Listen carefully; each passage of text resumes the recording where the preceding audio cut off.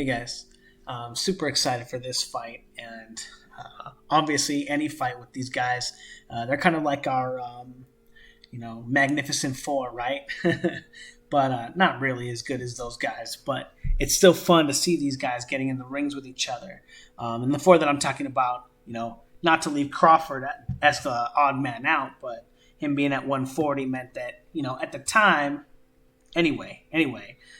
Danny Garcia, Keith Thurman, Sean Porter, and Errol Spence. It's cool to see that little round robin. And in my opinion, I'm actually kind of sad that Jeff Horn didn't really make much of an appearance as I'd like. Same thing with Crawford. Obviously, when he gets to fight those guys, everyone's going to be saying, well, that was the end of their career, whatever, because Crawford's going to smoke them all. But getting back to Danny Garcia, I'm really interested to see where he's going with his training. And I'm really excited to see him practicing these pull counters here. So what he's doing, catching him, meeting him on the line, controlling the lead glove, right? This is not a power punch. This is just a probing shot. You control the line, and then you see what comes after, right? And his dad is showing him the straight left hand, and he's going to pull counter that and attack the new position. Now, why is he practicing this? Do we think that this would work on Errol Spence? Man, do we ever. So this is actually the only punch that CompuBox recorded that Mikey Garcia landed in the whole fight. Errol Spence remembers it too. But Mikey Garcia here is using that exact same pull counter on Errol Spence as Errol Spence goes from the middle of his line in this neutral zone here. Now, as we take a look at the clip, what's going on is Errol Spence is approaching the line and he's controlling Mikey Garcia's lead hand. Now, he needs to control Mikey Garcia's lead hand because he wants to transfer his weight. If you take a look at Mikey Garcia, see how his head is roughly in the middle, right? It's not over this knee. It's not over this knee. It's not over here. Errol Spence is in a wide stance. His weight is in a similar zone here, even though you can't see it from this angle. And he wants to bring his weight over to here, as we're going to see in a second. But in order to get his weight into that zone, he has to be able to control this zone here, Mikey Garcia's lead hand. Now, the reason that this is important is this is what allows what you to get in boxing is called lead foot dominance, right? And the reason that you want lead foot dominance is so that you can get your foot outside of your target, which allows you to get more power. It also allows you in the orthodox and the southpaw matchup to kind of smother their lead hand and take that tool away from them, limiting their positions. It's just very, very dominant position over your opponent. And controlling the lead hand is what allows you to get to that position. Now, once he controls the lead hand and he gets on the line, his next motion is going to be to make an attack. So he shoots a straight left hand. And as I mentioned, he was using that lead hand to allow himself to get into this position, right? Blocking Mikey Garcia from throwing punches to that zone and pushing him off his line so he can attempt to hit him with this straight left hand. However, Mikey Garcia moves off his line, drags his weight from this neutral zone, kind of on the front foot here, right? Baiting an attack here, right? So his weight, if you pay attention, more here than on the back, right?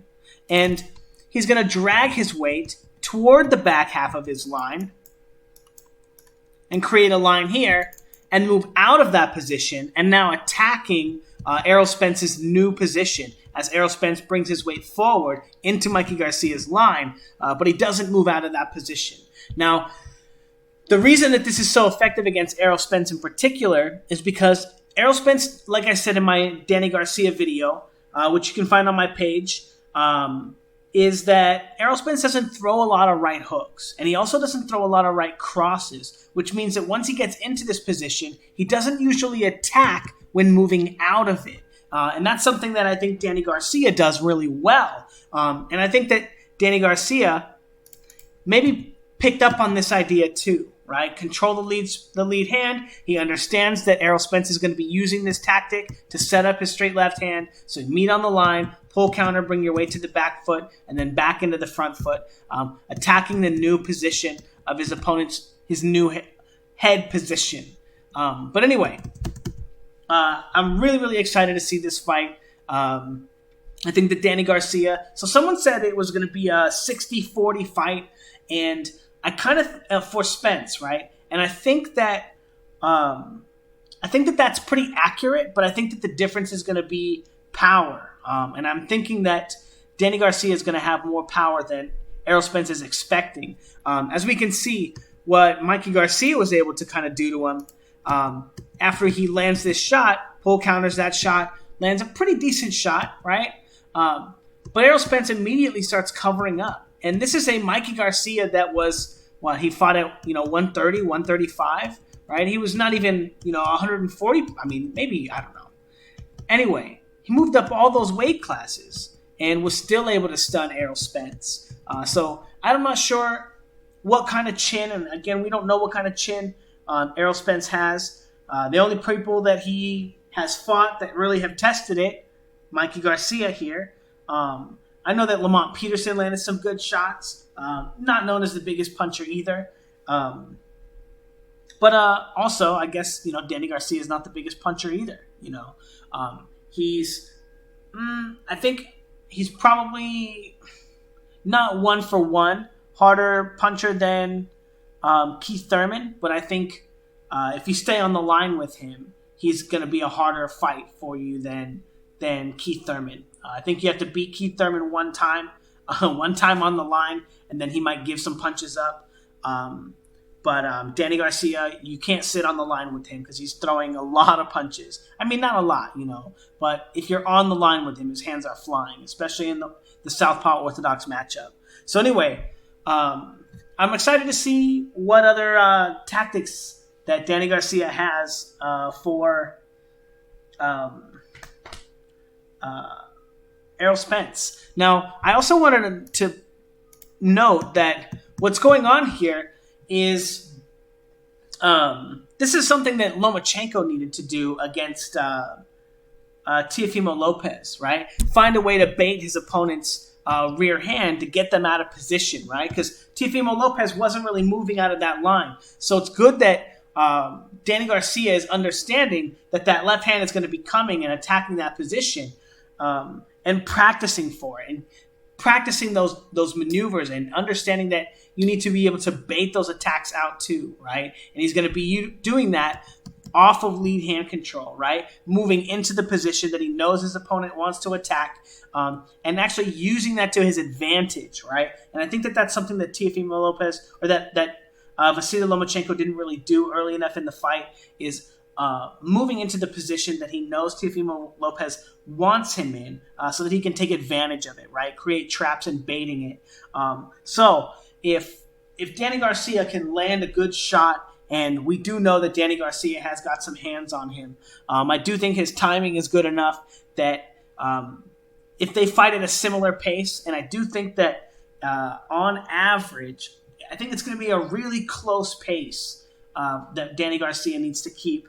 And I think that he may be able to keep pace with Errol Spence for, if he doesn't hurt Errol Spence, I think he'll be able to keep pace with him at least for 6 or 7 rounds. And that's if he doesn't hurt Spence at all. In each of the rounds that I think he winds up hurting Spence or catching him with a good shot, it'll be extended to another round. So another round or two.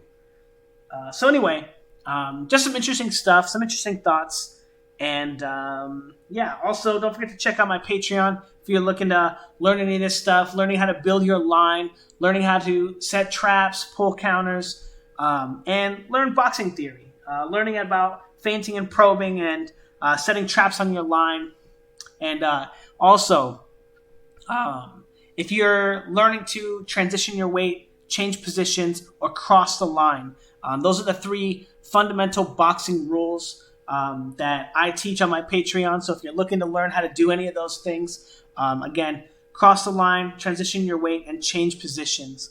Those are the 3 core ideas in any boxer's routine for training. So anyway, let me know what you guys think in the comments below. And I know everyone thinks I'm a hater. I'm a Spence hater. Don't worry. If he beats the crap out of Garcia, there'll be a full breakdown on my Patreon. So check it out, guys.